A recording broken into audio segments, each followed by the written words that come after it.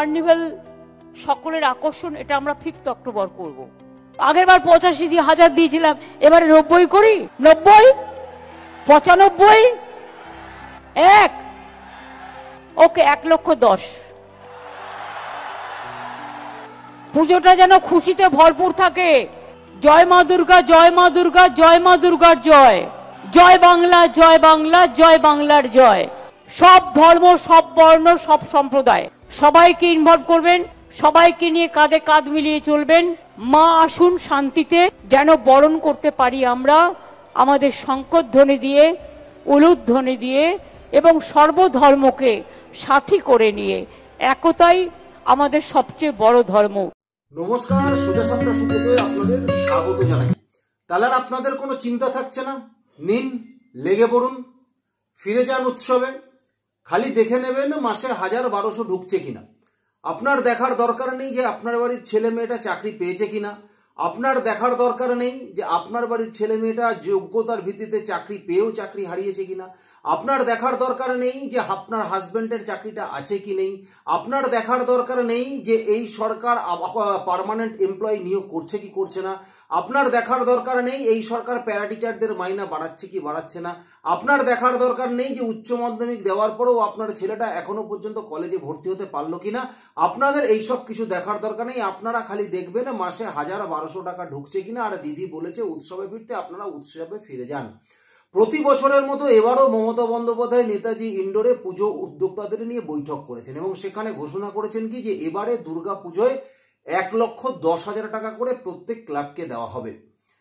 অমনি এই শুনেই আনন্দে আত্মহারা হয়ে গেছে প্রত্যেক ক্লাবগুলোই। মোটামুটি অধিকাংশ ক্লাবই জিভ এতটা করে বার করে দিদির ছবি সামনে রেখে আপনি ক্লাবে ঢোকার মুখে, আপনি দুর্গা প্রতিমা দেখার আগেই, আপনি দুর্গা ঠাকুরের মুখ দেখার আগেই দিদির দাঁত বার করা এরকম একটা বড় ছবি আপনি অবশ্যই প্রত্যেক পুজো মণ্ডপের বাইরে দেখবেন, এ বিষয়ে কোনো সংশয় নেই।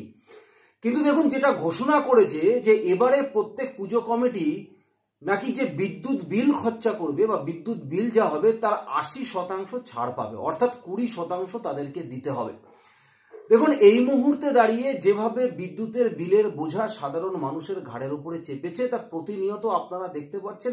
এই স্মার্ট মিটার বসানোর পর থেকে আপনারা মূলত জর্জরিত, এ বিষয়ে কোনো সন্দেহ নেই। কিন্তু যদিও নিজের দুঃখের কথা আর কাকে বলবেন, সেই দুঃখ নিজের বুকেই আপনারা চেপে বসে থাকছেন। কিন্তু দেখুন, যে যে জায়গায় যে ক্লাবগুলো কোটি কোটি টাকার পুজো করে, কোটি কোটি টাকার পুজো করে, সেখানে কম বেশি না হলেও বিদ্যুতের বিল কয়েক লক্ষ টাকা হয়। এবং ধরুন ষষ্ঠীর আগে থেকেই মোটামুটি মহালয় পর থেকেই মাইক বাজানো শুরু হয়ে যায়, লাইটিং আস্তে আস্তে শুরু হয়ে যায়, তারপরে পুজোর 3-4 দিন টানা চলে, এরকম প্রয়োজন পড়লে আরো 1-2 দিন এক্সট্রা অনেকের জ্বলে।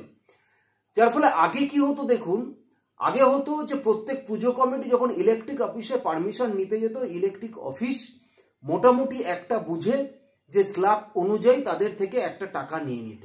যে ধরুন একটা পুজো কমিটি ন্যূনতম আমি ধরে রাখলাম যে 50,000 টাকার বিদ্যুৎ মোটামুটি তারা খরচা করে।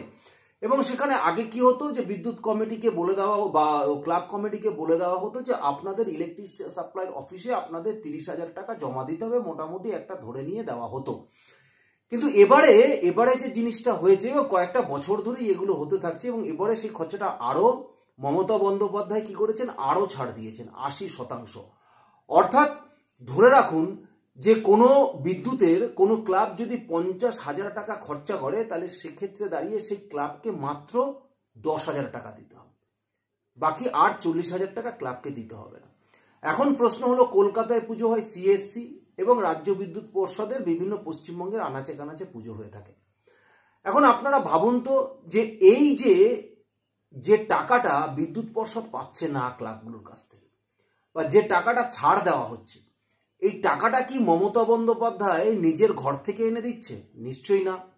সরকার নিজের ঘর থেকে এনে দিচ্ছে? একদমই না। নাকি বিদ্যুৎ পর্ষদ ছাড় দিয়ে দিচ্ছে? সিএসসি বা পশ্চিমবঙ্গ মধ্যশিক্ষা পর্ষদ বলছে না আমাদের আর টাকার দরকার নেই, আমরা এটা ছেড়ে দিলাম পুরো ফ্রিতে। সুতরাং তারা তো ছাড়ছে না, তাহলে দিচ্ছে কে? দিচ্ছে আমার আপনার মতো সাধারণ পাবলিকরা যারা বাড়িতে বিদ্যুৎ পোড়াচ্ছেন। এবং এই টোটাল পশ্চিমবঙ্গে যতগুলো কলকাতার সিএসসি যে এরিয়া সেগুলো বাদে যত পশ্চিমবঙ্গ বিদ্যুৎ পর্ষদের আন্ডারে যেগুলো আছে, তারা টোটাল খরচাটা সেই সাধারণ মানুষের ওপর থেকে তুলছে, সিএসসি কলকাতার ওপর থেকে সমস্ত মানুষের ওপর থেকেই সেই খরচাটা তুলে নিচ্ছেন। তাহলে আলটিমেটলি না সিএসসির লস হচ্ছে, না আলটিমেটলি পশ্চিমবঙ্গ বিদ্যুৎ পর্ষদের কোনো লস হচ্ছে। তাহলে লসটা কি হচ্ছে? লস হচ্ছে আমার আপনার মতো সাধারণ মানুষরা। এই যে বিভিন্ন এলাকায় এখনো দেখবেন আপনারা হুক করে না কারেন্ট জ্বালায়, কিন্তু আগে যেভাবে হুক করলে তার বিরুদ্ধে ব্যবস্থা গ্রহণ করা হতো, প্রশাসনিক ক্ষেত্রে থেকে বিদ্যুৎ পর্ষদ তার বিরুদ্ধে ব্যবস্থা গ্রহণ করতো, এখন দেখেছেন করতে? এখন করে না। কারণ এখন মূলত যে জায়গাগুলোতে হুক হয় সেগুলো মূলত দিদির দুধেল গাইদের ভোট ব্যাংক। অর্থাৎ যেহেতু দিদির ভোট ব্যাংক ওখানে আছে এবং দিদি তাদেরকে ব্যবহার করে তাদের ভোটে ক্ষমতায় আসে, সুতরাং তারা দিনের পর দিন হুক করে যাচ্ছে।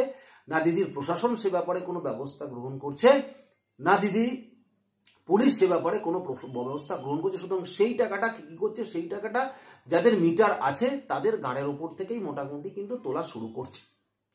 কিন্তু আমার আপনার কি? আমার আপনার চুপ করে বসে থাকতে হবে। কারণ যদি আপনি প্রতিবাদ করতে যান তাহলে আপনার বিরুদ্ধে পুলিশ দিয়ে লেলিয়ে দেওয়া হবে। আর পশ্চিমবঙ্গের একটা শ্রেণীর মানুষ তো আছেই, 1000-1200 টাকা মাসে গুনে নিতে পারলেই হলো, কিন্তু একবার ভাবছে না যে এই টাকাটা তাদের মাথার উপর থেকেই মমতা বন্দ্যোপাধ্যায় তার 3 গুণ টাকা তুলে নিয়ে যাচ্ছে শুধুমাত্র তাদের 1000-1200 টাকা দেওয়ার বিনিময়ে। এই বোধ বুদ্ধি আর পশ্চিমবঙ্গের এই মানুষের কবে যে হবে আমার অন্তত জানা নেই। যদি আপনাদের থাকে অবশ্যই আমাকে জানাবেন। দেখুন, দীর্ঘদিন ধরে এই একটা রীতি মমতা বন্দ্যোপাধ্যায়ের ক্লাবগুলোকে দখল করা, যে ক্লাবগুলোকে দখল করতে হবে। এবং মমতা বন্দ্যোপাধ্যায় মনে করে যে ক্লাব যদি দখল করা যায়, তার কারণ দেখুন প্রত্যেক ক্লাবে যখনই মমতা বন্দ্যোপাধ্যায় টাকা দেবে, বড় বড় ক্লাবগুলোর উদ্বোধন মমতা বন্দ্যোপাধ্যায়কে দিয়ে ছাড়া হবে না, ভাইপোকে ছাড়া হবে না। এবং আপনি যে পাড়ায় বসবাস করেন না কেন সেই পাড়াতে দেখবেন একটা ছোট থেকে মাঝারি বড় সবকটা পুজোতেই হয় সেই এলাকার এমপি নিযুক্ত থাকছে, বা হয় সেই এলাকার এমএলএরা এসে তার ফিতে কাটছে, হয় পৌরসভার চেয়ারম্যানরা বা পঞ্চায়েত প্রধানরা এসে বা জেলা পরিষদের সভাপতি এসে সেখানকার ফিতে কাটছে। যার ফলে কি হচ্ছে, প্রত্যেক ক্লাবেই তৃণমূল কংগ্রেসের নেতারা সেখানে ইনভলভ হতে পারছে। সুতরাং ক্লাবগুলোকে তাদের কন্ট্রোলে রাখতে পারছে, যাতে ভোটের সময় যদি তাদেরকে ব্যবহার করা যায়। এই যে মমতা বন্দ্যোপাধ্যায়ের একটা পরিকল্পনা বা এই যে পদ্ধতি, তাতে দেখুন পশ্চিমবঙ্গে দিনের পর দিনে কয়েক হাজার প্রাইমারি স্কুল উঠে গেছে, পশ্চিমবঙ্গে দিনের পর দিন কয়েক হাজার হায়ার সেকেন্ডারি স্কুল উঠে যাচ্ছে, পশ্চিমবঙ্গে দিনের পর দিন যত সরকারি স্থায়ী চাকরির পোস্টগুলোকে আস্তে আস্তে অবলুপ্তি করে দিচ্ছে। যারা প্যারা টিচার তাদের মাইনে বাড়ে না, যারা কন্ট্রাকচুয়াল লোক দিয়ে তাদের কাজ চালানো হচ্ছে। এসবের থেকে মানুষ কত দূরে চলে গিয়ে শুধুমাত্র যখনই সরকার কোনো সমস্যায় পড়ছে তখনই অনেক তাড়াতাড়ি তারা উৎসবকে আমন্ত্রণ জানাচ্ছে এবং সবাইকে উৎসবে মেতে ওঠার জন্য বলছে। আর সত্যি আমাদের পশ্চিমবঙ্গে তো বাঙালিরা আছেই, এমন কিছু বাঙালি ভাতা ভিক্ষা অনুদান নেওয়া বাঙালি, তারাও দিদির কথা মতো লাফাতে লাফাতে উৎসবে মেতে উঠছে। ব্যাস, জানি না কবে চোখ খুলবে পশ্চিমবঙ্গের বাঙালিদের, কবে যে আর চোখ খুলবে আমার তো জানা নেই। আপনাদের যদি জানা থাকে অবশ্যই আমাকে কমেন্টস বক্সে জানাবেন। ধন্যবাদ, নমস্কার।